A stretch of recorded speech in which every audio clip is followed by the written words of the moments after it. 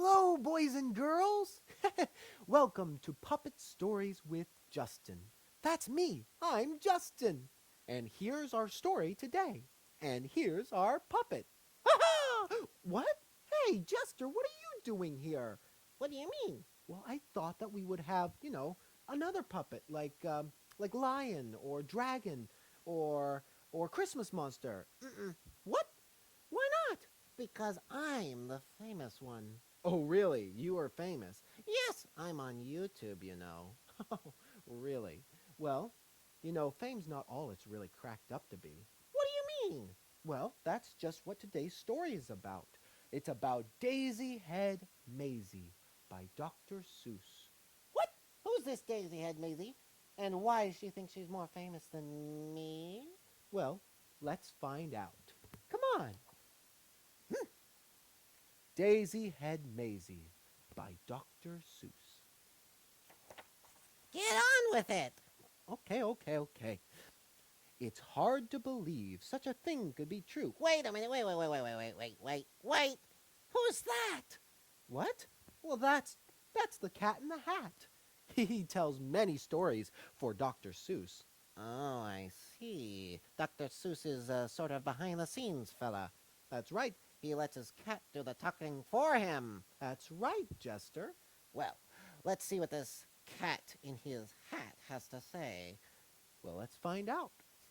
It's hard to believe such a thing could be true, but I hope such a thing never happens to you. Huh? But it happened, they say, to poor Mayzie McGrew, and it happened like this. Oh, What happened? Let's find out. She was sitting one day at her desk in her school in her usual way when she felt a small twitch on the top of her head. So Mayzie looked up and she almost dropped dead. Something peculiar was going on there. A daisy was sprouting right out of her hair. oh no! What? That's so strange! I've never heard of anybody having a daisy sprout out of their head. That's right. Well, you're not alone in that. Behind her was sitting young Herman Birch Strudel. This looks like a daisy up here on her noodle. It doesn't make sense. Why, it couldn't be so. A noodle's no place for a daisy to grow. That young lad knows exactly what he's talking about. Oh, are you a noodle gardener? What? That's not a thing. Then up spoke another boy, Einstein von Tass, the brightest young man in the whole of the class. It's a very odd place to be sprouting a daisy, but nevertheless, one is growing on Mayzie. Oh my, he looks very smart. That's right. He's the smartest boy in the entire class. Hey, look it, cried Butch, right here in this room. Daisy Head Mayzie, she's bursting in bloom. Wow, this is great. Now everyone will know her name. Well, everyone will know her by the flower on her head. Well, yes, that's the same thing, right? Well, let's read and find out. Miss Sneecher, the teacher, came rushing up quick. Such nonsense! Some child here is playing a trick.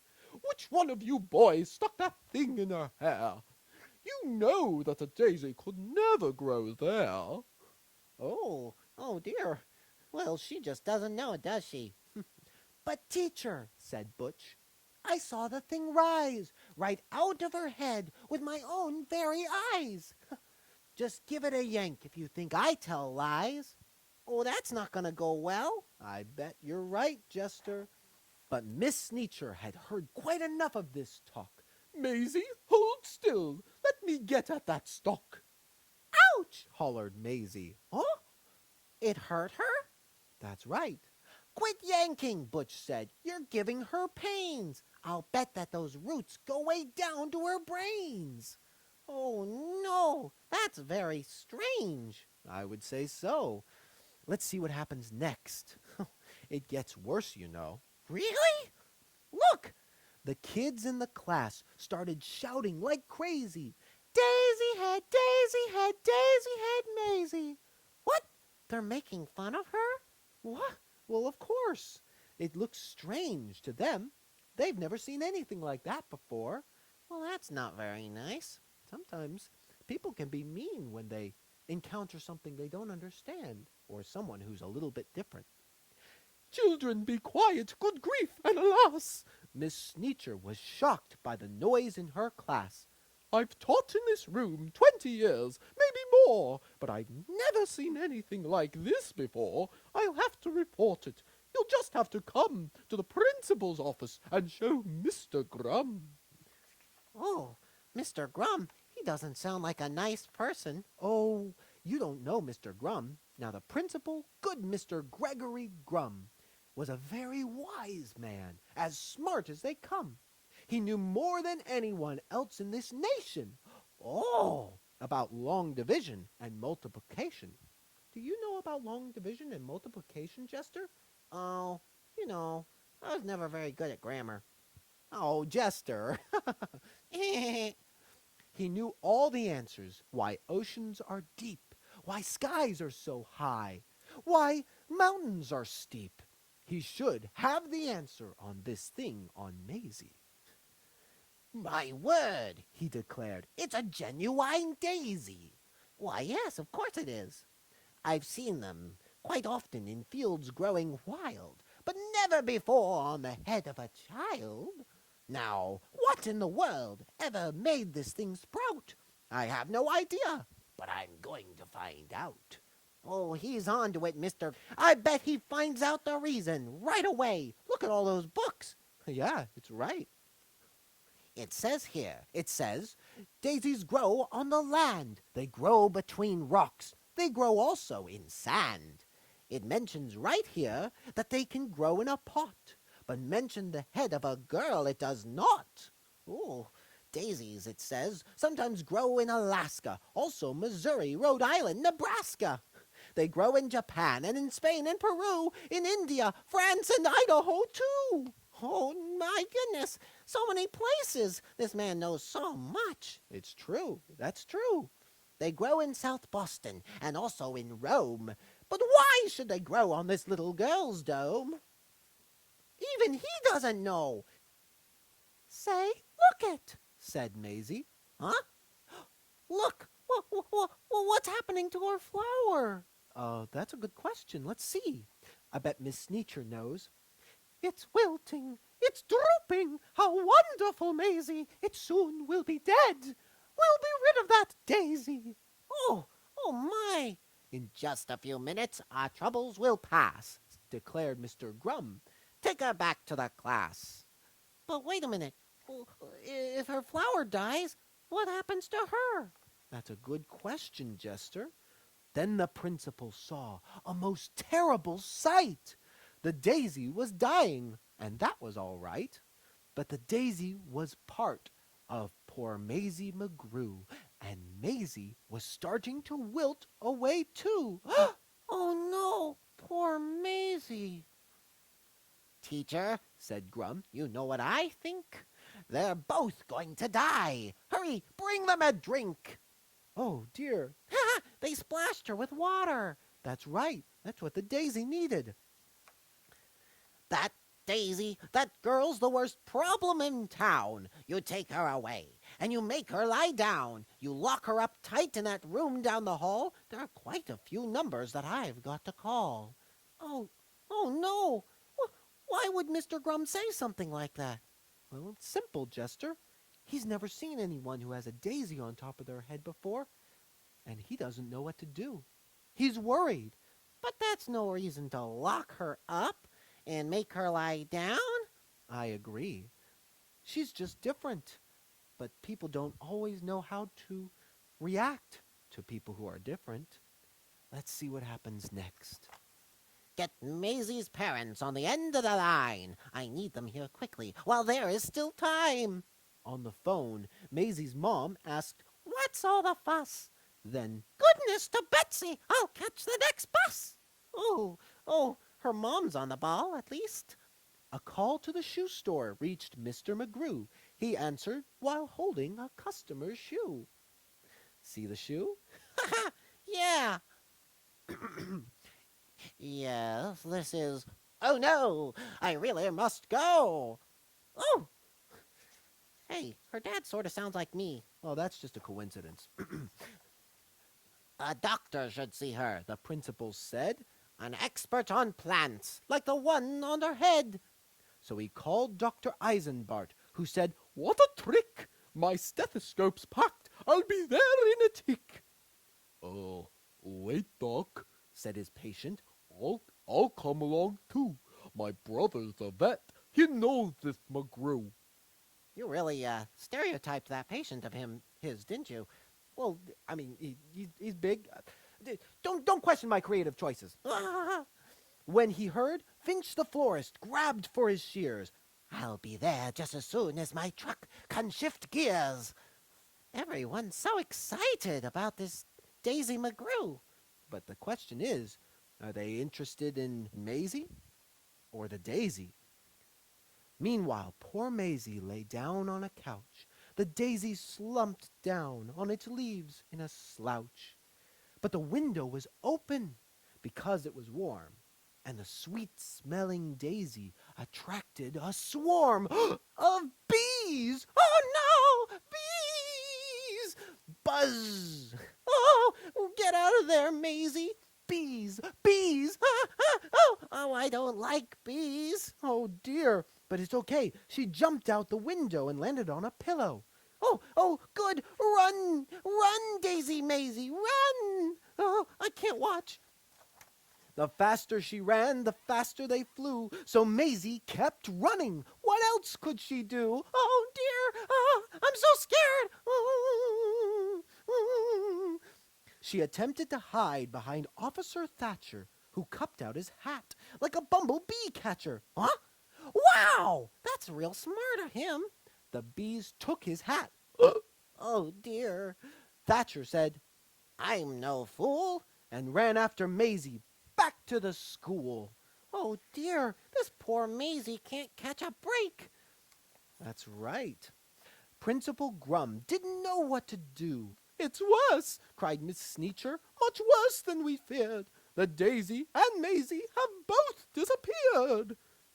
Behind her came charging Mr. McGrew, chased by a customer chasing his shoe. Finch the florist, and Dr. Eisenbart, too. Dr. Eisenbart's patient and Mrs. McGrew. Oh, no. What a commotion. Then through the window with Officer Thatcher, who slammed the pane shut so the bees couldn't catch her, jumped Mayzie McGrew to the floor in a splatter, with the daisy still there, except taller and fatter. Oh, no. Now she won't be able to hide it at all. That's right. Let's see what the townsfolk think of this. My poor little daughter, the daisy, it's true. I'm going to faint, cried Mrs. McGrew. Tut, tut, said the florist. There's no need for tears, just because there's a daisy between her two ears. I'll snip it right off with my sharp pruning shears. Oh, dear goodness, that's so terrible. She's my patient, don't touch her. You must stand apart. We have to have room, said Dr. Eisenbart. Oh, they're gonna fight over her. But why? I think that Mayzie and her plant could help me get a research grant. What? He just wants her because he wants a research grant? That's right. That's awful selfish of him. Then the door opened wide and the mayor stepped inside. The mayor! Oh, he looks important. He'll sort this all out. Let's see. At meetings and greetings there was none to compare. He was the best at long speeches, chock full of hot air. I promised my friends that if I'm re-elected, this daisy on Mayzie will be disconnected. What? The law of our fathers is simple and sound. Daisies belong and should stay in the ground. Oh, no. The rest are illegal. We'll bar them from town. Oh, dear goodness. That's not good for little Daisy-head Mayzie. And look, her flowers wilting just at the thought of it. But then someone else came in. Oh, who? From the back came a voice, sometimes loud, sometimes slick, of a wheeler and dealer who knew every trick. I'm Finagle the agent. You've heard of me, I'm sure. I represent young what's-his-name and others now on tour. But Mayzie, you're so special. Please let me shake your hand. Your talent is a wondrous thing, unique in all the land. Really? Yes. Daisy-head Mayzie, spelled out in bright light, will draw kids in the day and parents by night. Daisy-head Mayzie, you've got quite an act. Just stick with me, kid, and sign this contract. Your flower needs to sign, too. What do you think about this fellow? He sounds great! Oh, he's the first person to try to help Mayzie. Do you think he's really helping her? Kids, do you think that he is helping Mayzie? Wow, let's find out. Whoa, that's a big contract. And he had it right in his jacket pocket. Well, when you're a wheeler and dealer, you keep those things around. Her mother said, "Mayzie, don't be a fool!" And the principal begged her not to leave school. But Mayzie didn't stop to blink. Huh? She signed her name in think-proof ink, and the daisy signed too. What? Oh dear, I don't know if this is such a good thing anymore.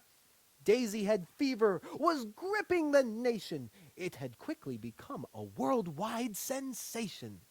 Oh, really? Well, that's great, right? Daisy had burgers, and Daisy had drinks. Daisy had stockings, and Daisy had sinks. Daisy had buttons, and Daisy had bows. Mayzie was famous, the star of her shows. Wow, amazing! Fame had knocked on Maisie's door. Now she had it all, and even more. Piles of money stacked in tens. What a happily ever after. But, what is money without friends? What? She didn't have any friends? But she's the most famous person in town. It's true, the most famous person in the nation. But she doesn't have any friends? That's right. A dream had led her far astray. That was the price that she had to pay. Oh no, poor Mayzie.